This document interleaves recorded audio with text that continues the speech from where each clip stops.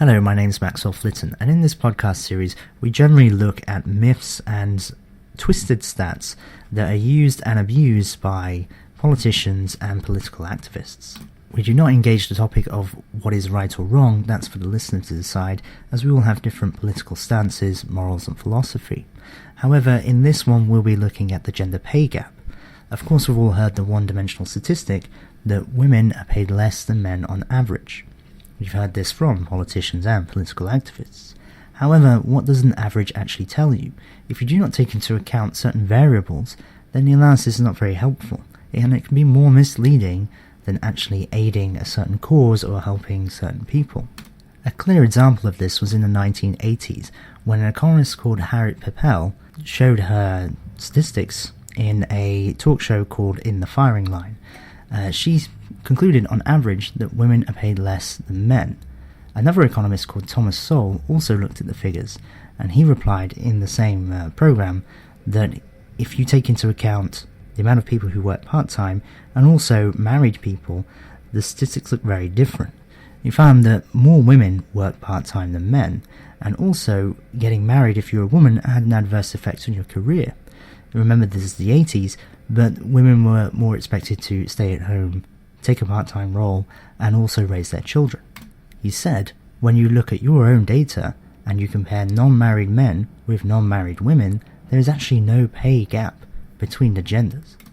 What does this mean for today? I mean, this was in the 1980s, quite a while ago. Of course, we don't make the same mistakes that were happening in the 80s in terms of data analysis. The European Commission states that there are many different reasons as to why there is a gender pay gap. Of course, no one is denying there is a gender pay gap. There is. But is it fair that there is a gender pay gap? The European Commission states that there is discrimination in hiring, and this could be a cause. There is also differences in education choices.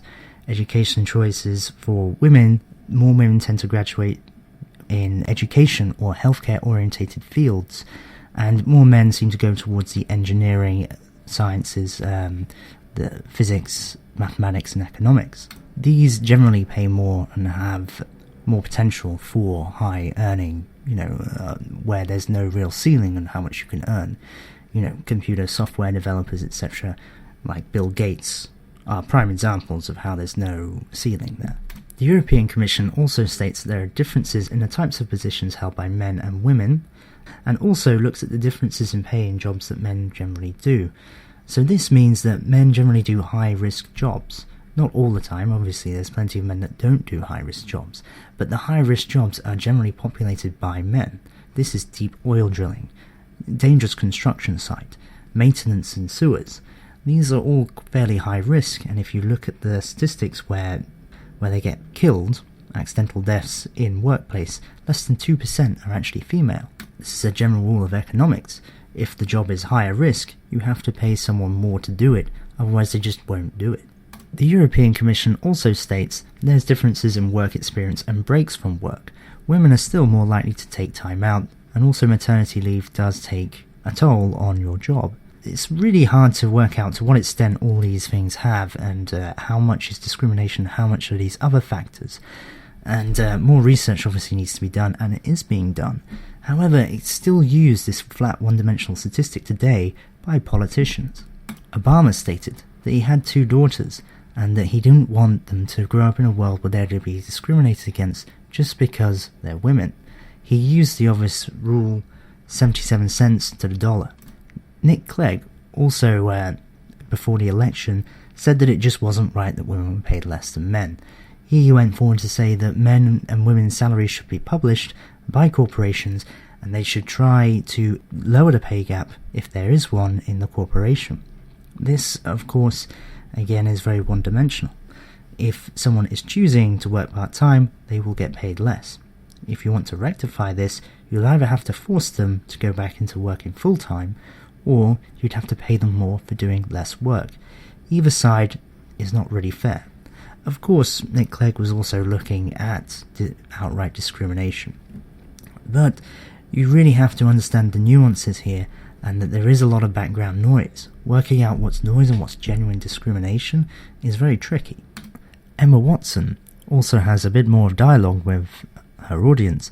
She also has an active role in women and how they are paid less than men. I mean, she campaigns for it to be rectified. I'm not saying that she actually makes sure it happens.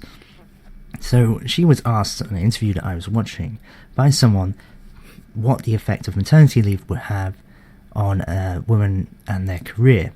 And she flippantly replied by saying, maternity leave is just a couple of months. This will not affect your career. This is obviously a gross oversimplification. If you have a child, it takes more than a couple of months to raise them. Either the father or the mother will have to take a bit more of a step back from their career and spend time taking them to school, helping them with homework, feeding them, and also sending them to play dates, etc.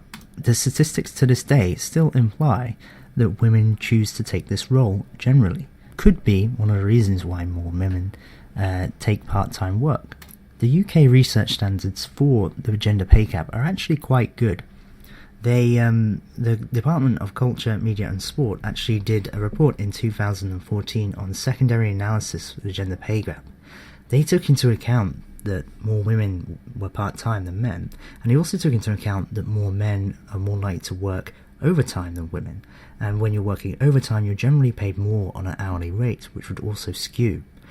Taking this into account, they showed that it was 19.7% difference. However, it doesn't take into account the choice of professions and also doesn't exclude the never married. This is obviously an issue. If a woman takes out 7 years and goes part-time to raise her child as well as going to work every now and again, she will not have the same work experience and she will not be in the same position to push for a promotion as someone who didn't take those 7 years out. So when the child goes to university and so on, and she goes back to full work, she will not be in the same position as someone who didn't. And this is often overlooked in statistical analysis when they look at the gender pay gap, which is unfortunate. But overall, it's a very good study. I would say it's one of the better ones I've read. Again, it showed that more women do part-time than men. There was 2 exceptions to this, and it's the areas of work in process plant and machine operatives and skilled trades. However, women were such a small fraction in these areas that you don't really know how reputable this is, and how many barely skew the overall gender pay gap. Overall, we can see that the situation is complex. There's some studies that say that there's no discrimination, others say there is, and obviously there's varying degrees. This will have to be your own peace of mind that will make this up. I cannot make the decision for you. However, you can now see and appreciate that there's a lot of complexity to the gender pay gap, and a one-dimensional statistic, or an average, just doesn't really do it any justice. Considering all this, we have to really ask the question, why is this simplistic, one-dimensional, emotionally charged statistic used so much by politicians and political activists? The main reason I can think of is it's good crowd control. This is because the nuances behind this statistic take some time to come out in discussion. If you try and heckle someone who is making a speech and they use this one-dimensional statistic, you can be quickly shouted down before you have a chance to really display the nuances. As a result, the majority of people want equality. They want people not to be discriminated against. Therefore, it's a pretty sure crowd pleaser, and this is why you generally get a whole round of applause every time somebody raises this one-dimensional statistic. As for why this one-dimensional statistic is used, we can believe, well, I personally believe, that it is because of historical context. We could use other one-dimensional statistics. We could state that 84% of homeless are men. Male first-time offenders are 29% more likely to be sentenced to custody, and that more women are going to university than men. Of course, I'm not asking you to get emotional over these statistics. There needs to be more in-depth analysis. One-dimensional statistics just really don't really tell you anything. But the reason why the pay gap is so readily used amongst political activists and politicians is that there is a historical context. Women were discriminated against, and to some extent, we don't know how much, still discriminated against now. There was a suffragette movement. Women weren't allowed to have the right to vote. This still resonates with people. This is why using this one-dimensional statistic will give you much more levy over a crowd then using a dimensional statistic doesn't really have a historical context of oppression. Of course, thoughts and feelings, depending on the listener, will change.